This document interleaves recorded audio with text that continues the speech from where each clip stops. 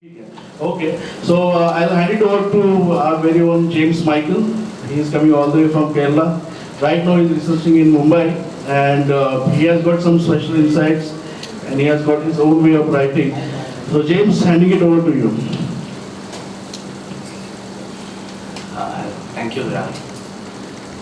Thank you all for inviting us here, excellent organizers, Rahul and Gaurav and other people. I haven't written on a paper or anything, so I'll be talking like what Anup did. So it'll be haphazard, but I'll try to keep it short. I'll just reflect on the Gandhi, about the introduction of Roy. Why Gandhi and Ambedkar, and I'll try to cast some sideways glance and try to problematize it. The criticism of Gandhi is very old, at least 100 years old. So I was just looking at some of the early criticism of Gandhi. You have one of the founders of the Communist Party of India, S.A. Dange, has actually written a pamphlet called Gandhi versus Lenin, where he kind of charts out the merits and demerits of both the people, and then in the end, which he decides that Lenin is better than Gandhi. In 1921, way back in 1921. And then we have several other people who criticizes Gandhi from the Communist parties. We have Ambedkar demolishing Gandhi in the wake of Pune Pact, writing an entire piece analyzing Pune Pact. Then we have what Gandhi and Congress did, the untouchables, etc., etc. So, having gone through that entire history of Gandhi demolishment, and when we come to Adlis Roy's introduction, it's just a repackaging of the material which is available over the past 100 years or so. And then the civil society is appalled and shocked that somebody suddenly discovered that Gandhi is a problematic person. And we were appalled by the fact that the civil society is appalled by this new discovery. So so that is one modus operandi of Navayana. They actually repackage already available material and then publish it as if it's own discovery of an upper caste person. We have a couple of examples. For example, D.N. Jha's book on what is it? Beef eating practices in ancient India. Myth of the holy cow. We have heard about it. And in Vedic times, Brahmins used to eat beef, etc., etc. So, as if he discovered it, and Navayana publishes a book, and Ambedkar has actually written a tract about the myth of the holy cow way back. And D.N. Jha writes a whole book without citing Ambedkar. Okay, and without not even in the index or not even in the citations or anywhere. And Ambedkar is repackaged as additional material in the appendix, and Navayana publishes it. There are other examples. So, Dilip Menon's book on caste and communalism. Again, Dilip Menon makes his discovery that communalism is an effect of caste relations. Communalism is deployed as a political tool to cover up the fact that there are caste inequalities. And this has been theorized by Ambedkar in Annihilation of Caste itself. I mean, because Ambedkar talks about the Hindu majoritarian ideology which is being created against by demonizing Muslims and Islam. Ambedkar writes about it in AOC. And Dilip Menon writes a whole book about communalism and caste as if he discovered it for the first time, without referring again. Navayana brings out the book without referring Ambedkar or citing him anywhere. So this has been, so Adlis Roy's sudden Gandhi criticism is also a new discovery, which is actually nothing but a repackaging of criticisms done by Bahujan people over the past 70, 80 years. So let me come back to the question of Gandhi and Ambedkar. Even I am guilty of such a comparison. In 2004-06, I did an MPhil. Before the second Mandal happened, and I happened to be one of the very few OBCs who got into this institute called Central Institute of English and Foreign Languages, and I was doing my research and culture studies on rural democracy. So I had to do these readings on political philosophy, etc., etc. So classical philosophy, I had Rousseau, Locke, Tocqueville, and all of that. But in the Indian debate, I had to read Ambedkar and Gandhi. So obviously, I had to come to Ambedkar via Gandhi. They asked me to read. Gandhi has written only 2 books in his entire life. One is called My Experiments with Truth, and the other is Hind Swaraj.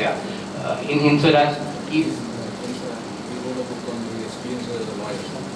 Okay. So that So yeah, right. So he talks against lawyers. Why lawyers shouldn't be there in India, doctors shouldn't be there in India, railways shouldn't be there, in etc. It's a mad book. So I had to read that book, and then I read Ambedkar on Pune Pact.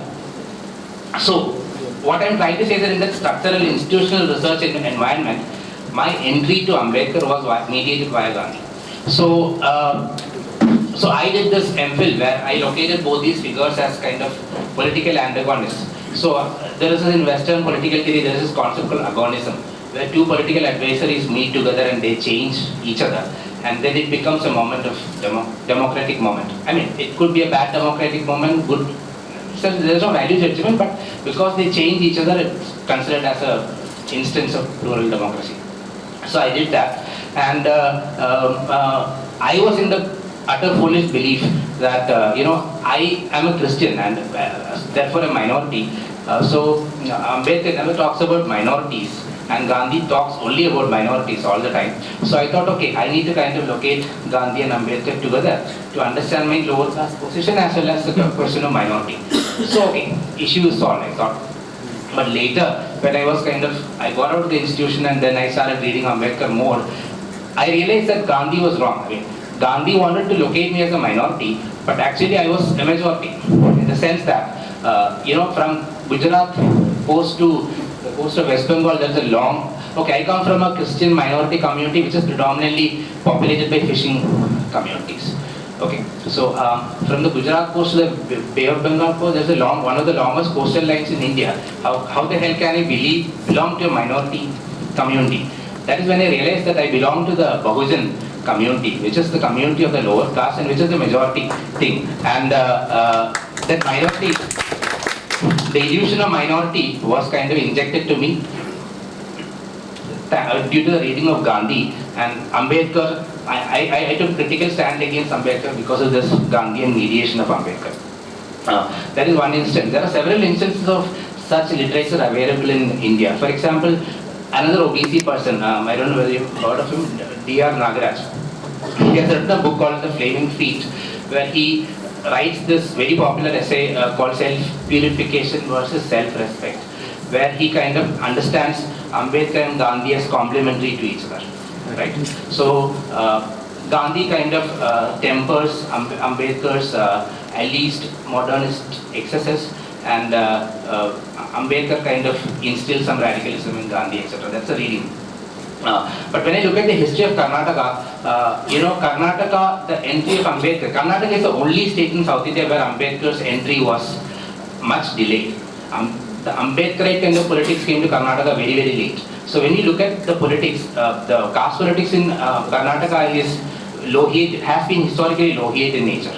So if you look at the URSS government during the 70s, they initiated all these land reforms and all of that thanks to the strong low-hate movement there. Even the Dalit Sandarshan Samiti, which was formed in the wake of that, is also in a sense low-hate in nature. So you have Siddhalingaya coming out and saying that the antipathy of Dalits towards Gandhi in Karnataka was actually diluted or watered down because of the low-hate influence.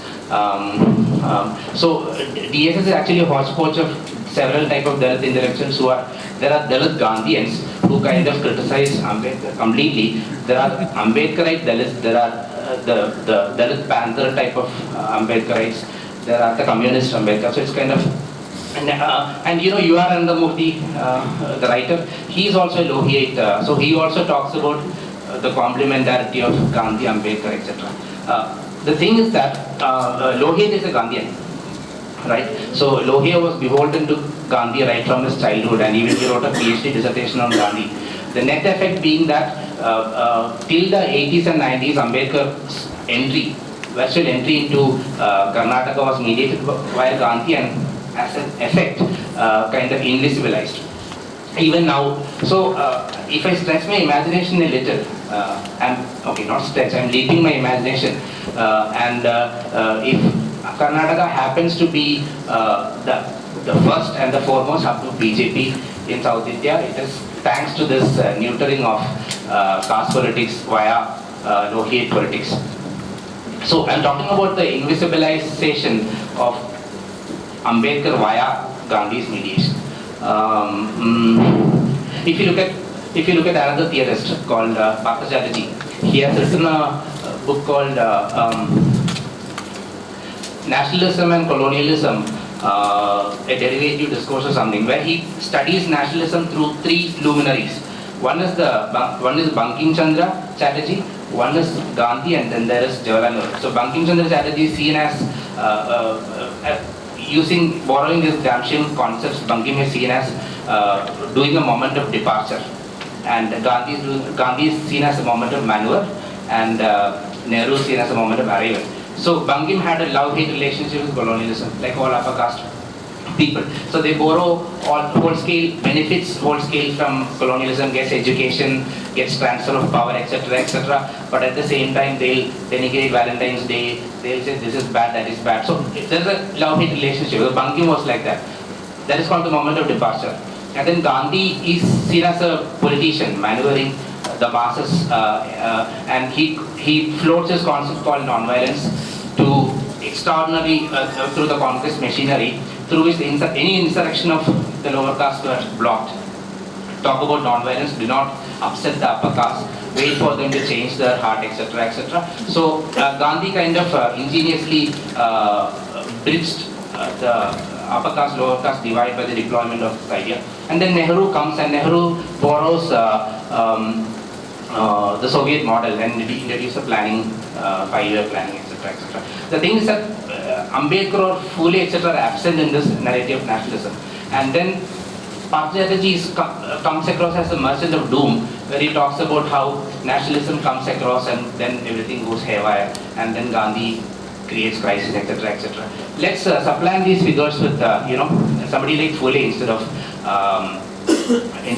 Bankim. And Phule's relationship with colonialism is completely different from Bankim's relationship with colonialism. And Phule is from the Scottish Mission School, and he reads Thomas Paine, Rights of Man, etc., etc. And then he borrows a concept of universal equality and liberty, etc., etc., from colonialism, which is completely different from the upper caste engagement with what should I say, the colonial machinery. Same is the case with, let's supplant Gandhi with Ambedkar. And Ambedkar, as Anup mentioned, has been called as a stooge of imperialism, etc. So his relationship with colonialism is again completely different. He bourgeois liberal, etc. So his relationship with colonialism is that he borrows all these the ideas of constitution. He goes and does a PhD there, and unlike Gandhi, who kind of denigrates the railways, doctors, lawyers, etc., Ambedkar himself becomes a lawyer, right? And Gandhi was himself a lawyer. Yeah, Gandhi was also a lawyer. Yeah. So, and instead of Nehru, we don't have a figure to supplant. But if you look at later, Mayavadi comes to the picture, and in one of the interviews, one of our Dalit intellectuals talks about the impact of AOC in Kanshiram. So it said that Kanshiram couldn't sleep because after reading AOC, and it was from the sleeplessness that the great Bahujan Samajwadi Party came into being. And if we dislocate that narrative of nationalism, and we reintroduce our figures and look at our national history, what we understand is a narrative of progress. I mean, if you look at our situation now, vis-a-vis our situation 50 years back, we did not have a narrative of doom. We have a narrative of progress. Things have improved for us. And I think Arundhati Roy in her introduction is doing two things historically which upper castes have been doing. One is to mediate. So when the Caravan essay came, excerpt of thing came in the Caravan, I did a Control F, and I found that there are 150 or odd references to Gandhi as against 5 references, 6 references to Ambedkar in her introduction. And this book, and this AOC is not about Gandhi at all. He doesn't refer to Gandhi, and this woman writes an introduction which needs, an upper caste needs to necessarily understand Ambedkar through Gandhi. And as I've said, this understanding has historically resulted in political situations where the right wing has captured power. A, B, Ambedkar has been completely obliterated. And in my case, I was deemed as a minority. And this is what happens. The lower caste are split into the ideas of the minority, and the majority is deployed again as a communal strategy by the upper caste. And I think Arundhati Roy's introduction historically replicates this thing on the one hand, and on it politically, it again, as Navayana Publishing has been done, it repackages additional material as material produced by lower caste. It tempers it, it perverts it, it changes its nature, and then usurpation happens. Then this usurpation has been happening for hundreds of years. I mean, the labor, the intellectual labor of the lower caste have been usurped through mechanisms like this over the past 100 years, and we see Navayana as again secularized, progressively packaged publishing concern, which kind of does the same thing again and again. And I think with this, this is my observation, and I think I'll keep it short and give it to Kufir. Thank you very much.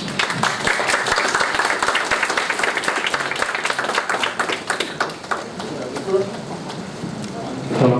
Yeah. Before I get in, Kufir, I would want my friend Gaurav Somachi to speak up, because he has unique experience with this duo, this combination of Roy and S. Anand. And he was well on his way to become the poster boy, so to say. But then we see the transition. So I believe there are people, who are in that phase of moving towards the other side of the debate. And Gaurav represents that example. And I believe there are many, and there will be many here on in who are supporting Anand, would want to question what he's been doing and what is happening with this annihilation of caste.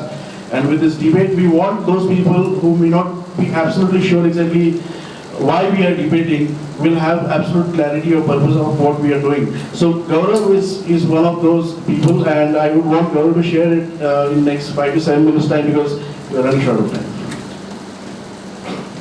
Jai Bhim, and good afternoon everyone. Thank you for coming. I am Gaurav Somachi. I have done my graduation in computer engineering, and I passed out of IIM Lucknow last year in 2013. Since then I have been preparing for civil services.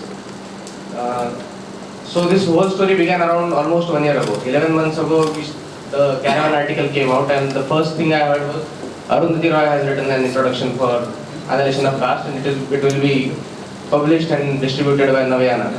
I was familiar with Navayana's books before also, and of course I was a fan of Arundhati Roy because of God of Small Things and all that. So my first reaction was that maybe it's a good thing. It's certainly a good thing that a celebrity big shot like Arundhati Roy is getting into this debate. So what can happen? What the worst can happen? At least we'll have more debate, and she seems to be doing fine. I was, like Anup said, in the initial stages you were not quite sure. His hunch was much more right than mine. My hunch was right. I was really excited. I was not just defending it, I was celebrating it. Then soon the book came out, and I came across criticism. I came in touch. That's how I got in touch with Kufir, Anup, James, Akshay, everyone. Anu Ramdas, who couldn't be here, and she has been played the most pivotal role here, so she must be mentioned. So I was confused because they had created a kind of chaos, the supporters of Roy and Navayana, that the Dalits are criticizing Arundhati Roy because she is a non-Dalit. And I bought that. And because I got into that, I was like extremely vociferously saying, what are you doing? Don't do like this. We are supposed to be the most democratic people. If you don't understand democracy, who will? And all of that. But the more I read into criticism, and all of that criticism and all of those detailed analysis came from just one website. Most of it came from one website, that is Roundtable India. And Kufir is a contributing editor to that. And then I started engaging with everyone, with James, Akshay, Kufir, Anup, and through them I got to understand many things. Like, is the debate about a non-Dalit being writing introduction?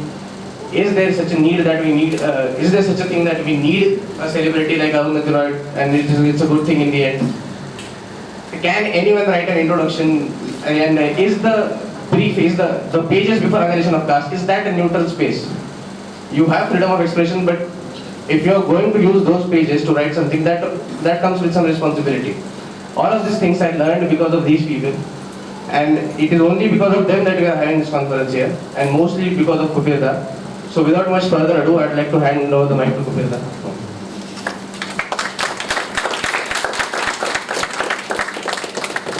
Thank you. I'll be short. Jai Hind to all.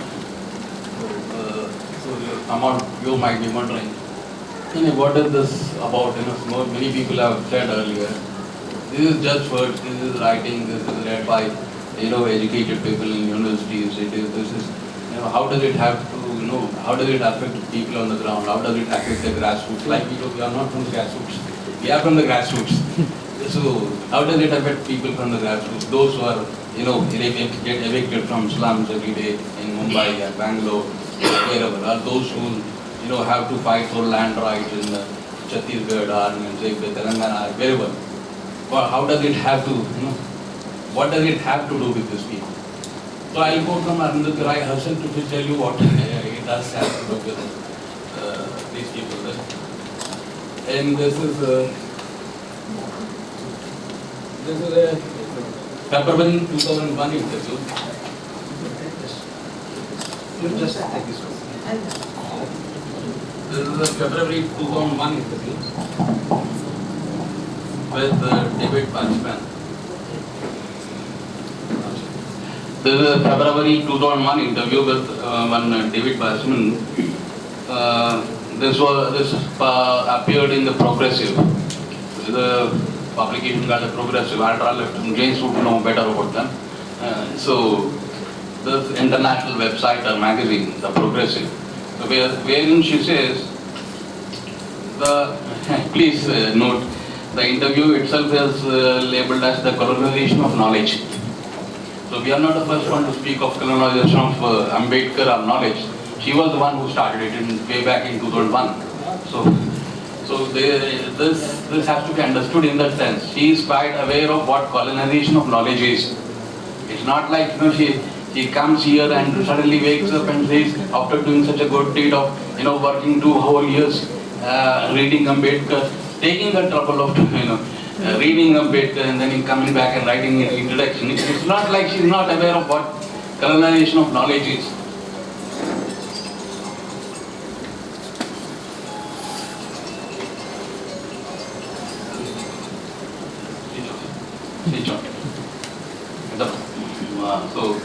So what she says here, she talks about the World Bank. What the World Bank does. World Bank doesn't merely give out loans or it also controls government. It controls policy, especially policy which affects mostly the poor masses everywhere in Latin America, in Africa, in South Asia, everywhere, in America also. So she is talking about the World Bank. The power of the World Bank is not only its money, but its ability to accumulate and manipulate knowledge. So please note, it probably employs more PhDs than any university in the world. It funds studies that suit its purpose. Then it disseminates them and produces a particular kind of worldview that is supposedly based on neutral facts. But it's not. It's not at all. How do you deal with that? So this is about knowledge which is produced, mediated by a certain kind of worldview which is supposed to favor some sections of people and go against some certain other sections of people. Its control of knowledge is very important, and without control of knowledge, Ambedkar wouldn't have said if it wasn't important, he wouldn't have said educate. The first point is educate. The whole history of the Shudras is, unlike even the Jews, they were always deprived of the power of the word. Every generation had to learn what it was about being Shudra or Ati-Shudra new. The knowledge was not passed on through books or words from generation to generation. It could only be passed on through songs and other forms of theatre, which were seen mostly as entertainment many times, not as knowledge itself. The Shudras themselves detested and still detest their own knowledge in the theatre, their own culture in that sense, because it doesn't carry the weight of wisdom which has been produced by people who are actually engaged in the all sectors of production. It is disentangled from production itself. It It is disentangled from resources. It is disentangled from expropriation. So this is very important. You know, while coming to Mumbai, if you come by plane or train, you first see the buildings, you see the sea, and then you see the slums. Then if you see 60% of all major cities in India, Delhi to Bangalore to Hyderabad to Kolkata to Mumbai, is mostly slums.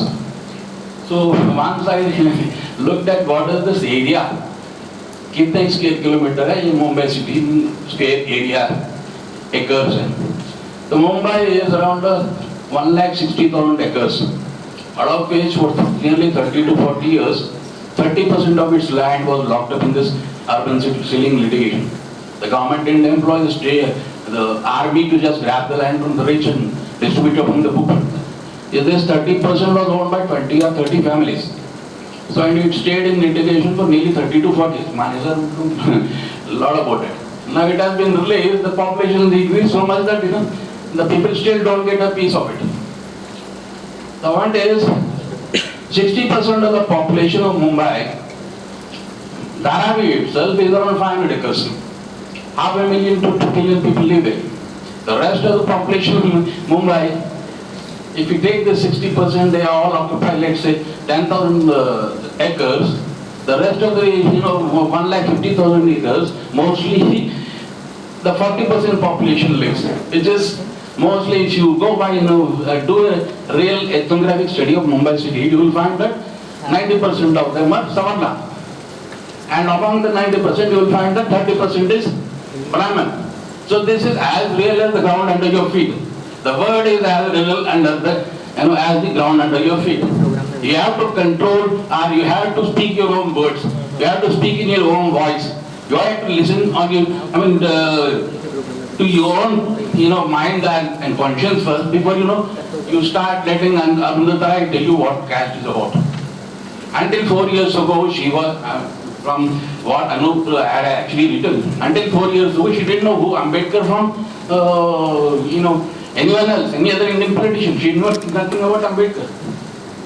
This publisher, because he was looking for a marketable commodity, he went and dragged in this poor person. I have a great sympathy for her and admire her as a writer, but her politics have always been, regressive in many senses. So this is what this appropriation is about. When you are deprived of the power over the word, your space shrinks down to merely 5% or 6% of what you deserve. If you are 60% of the population and you get only 5% of the space, literal space in the city you live in, and if you are further marginalized in the space of the knowledge also, there is no way you can get back, claim your rights. The evictions and this appropriation is connected in very real terms. In very real terms.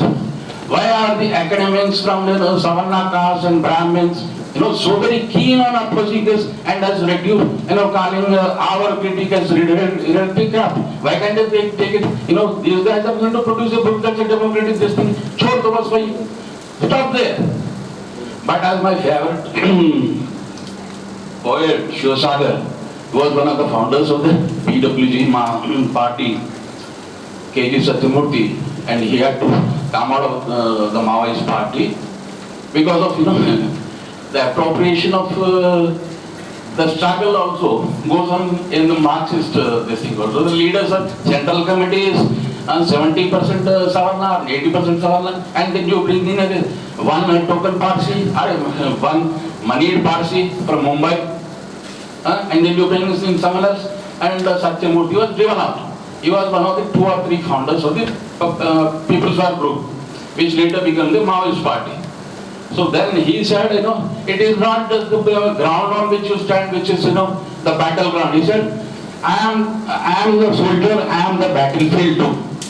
So everyone is a soldier, everyone is the battlefield too. You have to fight for your own mind, for your own words, for your own voice. It doesn't stop, You say, आपको क्या तकलीफ है? अरुंधति रॉय लिखे तो 98% of faculty in national central universities Savarna Brahmin. Who are they going to read? Ambedkar or Arundhati? They will वो cut कर देंगे AOC from that book. It will be purely Arundhati Roy who will be the author of this struggle against caste, which Ambedkar had waged, which Phule had waged, which Nanak had waged, which Kabir had waged, which Buddha had started, with the Charvakas had inspired. It is not Arundhati Roy and her kind are the most aggressive form of politics in India, which have been, as Anup so clearly pointed out in with so many examples, and James has pointed out how this recent history since the colonial time, wherein Phule and Ambedkar kind of materialist, rationalist, progressive politics have been sidelined. So this is not about mere words. 98% faculty at Savarna है, central universities में यहाँ किसी ने बुलाया नहीं, ये Mumbai university के लड़के स्टेट यूनिवर्सिटी के, they have called us. Central university तो एक्स्ट्रा अल्ट्रा प्योर है, हम जाने के बाद वहाँ पे कम यूरिन स्प्रे करेंगे शायद. So we have not called the students here. We don't know how they are. We had nothing to support them. They added out of their goodness of heart and their broad-mindedness our name, Round Table India. It is they who conduct the whole issue. Suresh Manesar who gave the inspiration to, at least, patronage to say, please come out. This is, this is also our space. We don't know how much of this is our space. 5% and 10%. जैसे कि यहाँ for this day, this is our Dharavi. So Chhatrapati Shivaji के नाम पे एक board लगाते हैं. छत्रपति शिवाजी के साथ जिन्होंने मारा उनके लिए कुछ नहीं है. Nothing for them. Airport, railway station, very good for them. We don't want this symbolic politics. We want things beyond that. So this is not about just Arundhati Roy. Arundhati Roy से better तो सलमान रेड्डी लिखता था, नाइपॉल लिखता था, नीरज चौधरी लिखता था. Why Arundhati Roy only? Because she has perfected this craft of being, the casteless Indian, just like Gandhi, just like Nehru. Nehru writes in his own autobiography, starting with his descent, like they have descended from the Himalayas as gods. जैसे शिव जी आते हैं हिमालय से, are these gods? And he is casteless earlier. Arundhati Roy has crafted that very tantalizing space of being casteless. And I mean, is this outside Indian polity? Is this outside Indian society? This state of castelessness is something like the yogis and the munis who go to trance. They go into trances. Is this something like that? How can you be casteless? Caste is a mode of production in India. This is a caste economy. This is a caste society. 90% of the Bahujans still now are engaged in undercapitalized, traditional occupations. That is how your saris and your shirts and everything else is produced. Mostly it is still done on handlooms and power looms which are operated by single workers or a couple of workers, by families who are dying. Your jewelry is produced by artisans who are dying. Your fish, जो भी कोलीवाड़ा है, whatever you do, the fancy names you give to fish caught by fishermen, 1,000 rupees, 2,000 rupees plate with 2 pieces in posh hotels, that is produced by fishermen who are dying, who are being driven out of their homes. This is connected with that. This is not simply a Maoist party का कोई पेट नहीं है. गरीबों के लिए बात करने के लिए हम गरीब हैं, हम गरीबों से ही बात करेंगे हमेशा. This is our बात, our voice. We oppose this kind of, the first mistake the Bahujan did. You could say the original sin of, Bahujan, the world, to allow the Brahmin to enter into their little shrines. जब पत्थर होता था, पेड़ होता था, या नाग होता था, उनको pray करने के लिए, they invited the Brahmin to come in with this mantra jumbo, mambo jumbo. They allowed him to introduce their God to themselves. So वहाँ शुरू हुआ. That is our original sin. We can't allow that to happen again. Arundhati Roy doesn't carry any scholarship. 4 साल पहले तक तो she had not read Ambedkar. She had not read, she had no interest in Ambedkar and anti-caste literature. She knew the Dalit as only as a label given to the poorest of people. Poorest, that is also a caste state. Poor यहाँ पे 90% Dalit बहुजन होते हैं. How does the poor become a casteless person? Dalit becomes a just a poor person. A Dalit is someone who is, first stolen of all rights, of history too, of memory. If memory is not important, what happened to you yesterday was not important. We are supposed to wake up drunk every day, erasing our memory. Is that what they want us to do? The Brahmin comes back and tells us what my caste is about. This is not this is as important to us as the evictions. Yeah, as important to us grabbing back the land from the Savarna or Argentine landlords. As important to us as remembering our leaders. Our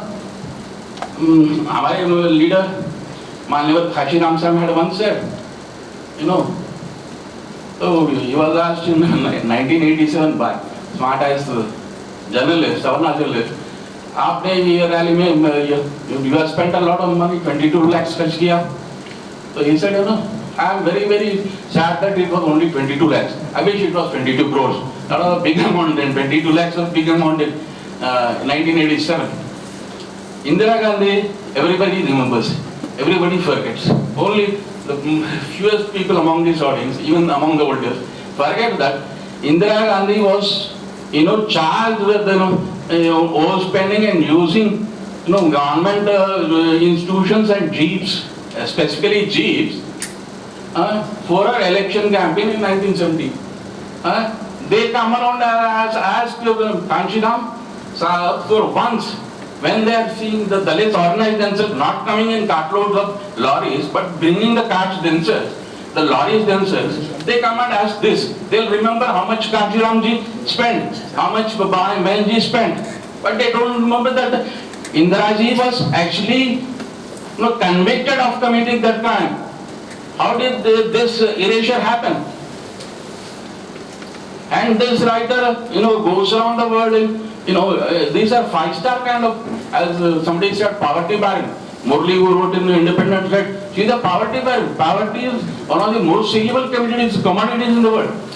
Emotion, जैसे कि हिंदी फिल्मों में they sell emotions, they sell happiness, they sell sadness, they sell tragedy. She is selling poverty. In Phulan Devi, she's no caste disempowerment, no caste disenfranchisement. There is only she was classed, and she was fighting from the beginning. So it is she understood the class thing. Kaisa class? Where do this the most mindless kind of Marxists come from? Go back and read Marx. So this is our point. This is not about just words. She can write as many books. We are not stopped in any way, or in any way. उनका तो book बहुत चल हो रहा. Because of us also they are selling more books. They should thank us. Next time, next edition, they should thank us. Let them sell. But this time we have marked them forever. We 30, 32 writers. There are more writers. There are more young people writing. Arundhati Roy. She has not noticed who wrote it around differently.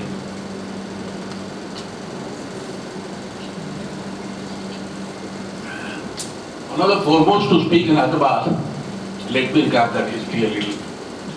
One of the first to speak in Hyderabad was Bujata Ragam sir. He is the Republican Party of India president there. He has been with the Republican Party for the last 40 years, since I came to know his name first time.